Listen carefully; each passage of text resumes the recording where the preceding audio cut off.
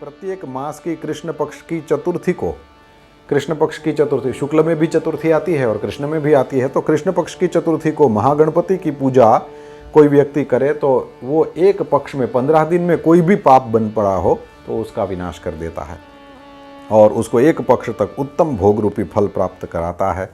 ज्येष्ठ और भाद्रपद मास के बुधवार को श्रवण नक्षत्र से युक्त यदि द्वादशी की प्राप्ति हो जाए तो उस दिन केवल द्वादशी को ही किया हुआ भगवान विष्णु का पूजन जो है वो इच्छित संपत्ति का दान करते हैं। और कर्क संक्रांति से युक्त श्रावण मास में नवमी तिथि प्राप्त हो और यदि मृगशीर्ष नक्षत्र की भी प्राप्ति हो तो ये योग जो है वो अंबिका के पूजन के लिए बहुत उत्तम योग है। इस तरह से हमको बताया गया है, ये सारे मुहूर्त बताए गए कि इसमें पूजा करिए, इसमें पूजा करिए। और फिर कहते हैं कि कार्तिक मास में रविवार को भगवान सूर्य की पूजा करेंगे और उनको वस्त्र आदि समर्पित करेंगे तो रोगों का विनाश हो जाएगा। सूर्य नारायण ये हमको आयुष्य के और आरोग्य के दाता हैं, इसलिए जो भी व्यक्ति अपने आरोग्य की कामना करते हैं उनको सूर्य नारायण की पूजा रोज करना चाहिए।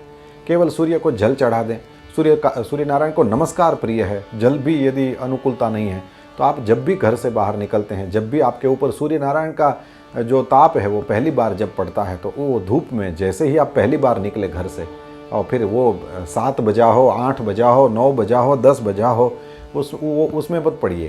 पहली बार जब सूर्य नारायण का प्रकाश आपके ऊपर गिरेगा तो आप सूर्य नारायण को प्रेम से केवल सूर्याय नमः कह लो, अरे आपकी भाषा में बोल दो, केवल प्रणाम कर लो, क्योंकि नमस्कार उनको प्रिय है।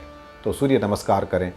और फिर यदि वो कसरत वाली बात भी इसमें आई जाती है, एक्सरसाइज वाली बात भी, सूर्य नमस्कार सर्व प्रकार से शरीर को सर्व प्रकार का आयुष्य और आरोग्य देने वाला नमस्कार है, वो एक्सरसाइज बहुत अच्छा है, वो भी कर सके तो करना चाहिए। अब कृत्तिका जो नक्षत्र है इसका बड़ा महत्व है। शिव पुराण में यहाँ पर लिखा है कि कृत्तिका नक्षत्र से युक्त सोमवार यदि प्राप्त होता है तो उस समय शिव जी की पूजा करना चाहिए। कोई व्यक्ति ऐसा करता है तो उसके महान दारिद्र्य का विनाश हो जाता है। कृत्तिका नक्षत्र से युक्त यदि मंगलवार प्राप्त होता है उस समय श्री स्कंद स्वामी जो कार्तिक स्वामी है उनकी पूजा कोई व्यक्ति करता है और दीपक एवं घंट का दान करता है तो उस व्यक्ति को वाक सिद्धि की प्राप्ति होती है। कृत्तिका नक्षत्र युक्त बुधवार को विष्णु भगवान की पूजा कोई करे और दही भात की उसका दान करे भगवान विष्णु को तो उससे संतति पुत्र पुत्री की प्राप्ति होती है, ये लिखा है। कृत्तिका नक्षत्र से युक्त गुरुवार मिल जाए उस दिन धन के द्वारा ब्रह्मा जी की पूजा करें और शहद, सुवर्ण और घी का कोई व्यक्ति दान करता है तो उसको भोग और वैभव की वृद्धि होती है। कृत्तिका नक्षत्र युक्त शुक्रवार को गजानन गणेश जी की पूजा करना चाहिए। कृत्तिका युक्त शनिवारों के दिन दिक्पालों की वंदना, दिग्गजों, नागों और सेतुपालों का पूजन करना चाहिए। इस तरह से हमको सब बता करके अंत में तो ये शिव पुराण है, इसलिए बार बार ये बात आएगी कि हर प्रकार के जन्म मरण के संकटों से छूटना हो तो फिर भगवान शिवलिंगम की पूजा करना चाहिए, शिवलिंगम की विशेष रूप से पूजा करना चाहिए।